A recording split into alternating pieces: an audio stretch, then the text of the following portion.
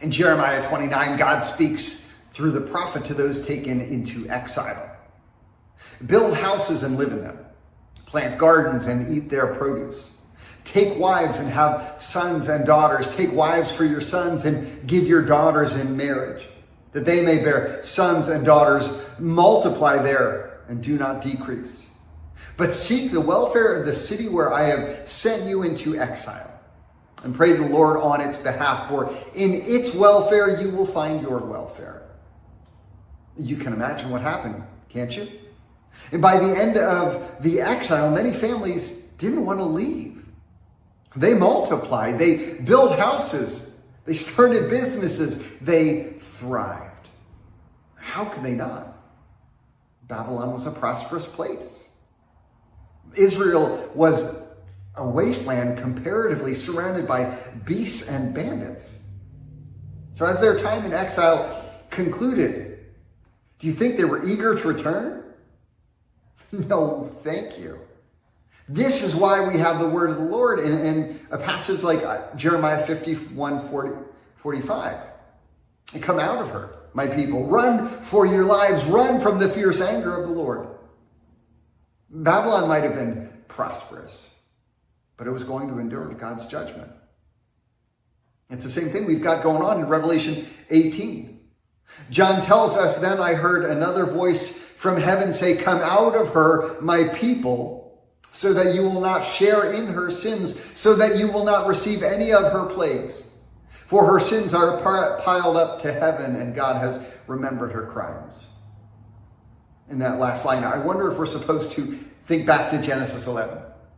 The first story where Babylon shows up in the scriptures.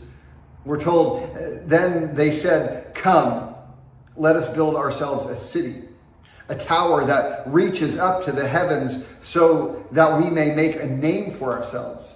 Otherwise, we will be scattered over the face of the whole earth. Well, they failed at building a physical structure reaching the heavens. In Revelation, they're said to have succeeded in another endeavor. They couldn't build a building that tall, but their sins, they piled up to the heavens. Now, to clarify, the Babylon in Revelation is not the historical Babylon. They got the end that was promised them in the prophets. This other Babylon in John's writing is Rome. Yet, as I've argued throughout our look at Revelation, it's much more than Rome. There's a sense where Babylon is every city throughout the ages that has set itself at the center of civilization, culture, and commerce in a way that opposes God and calls for an allegiance that only God deserves. Now let's talk about where we find ourselves in the text. In 1 Peter chapter 1, Peter writes to God's elect, exiles scattered throughout the provinces of Pontus, Galatia, Cappadocia, Asia, and Bithynia. Chapter 2, he writes, dear friends, I urge you as foreigners and exiles to abstain from sinful desires which wage war against your soul. Peter's not writing to literal exiles who had fled their homeland, though some may have. Peter's using the term exiles to speak of all Christians. In calling us exiles, he's reminding us that this world is not our home. And yet we can be tempted to put down roots here, can't we? And to make our home in the city. Yes, as Jeremiah tells us, to live for the welfare of the city while we're here. But there's a sense that we can become too comfortable here, where we take on the character and desires of the city and lose a taste for our true home.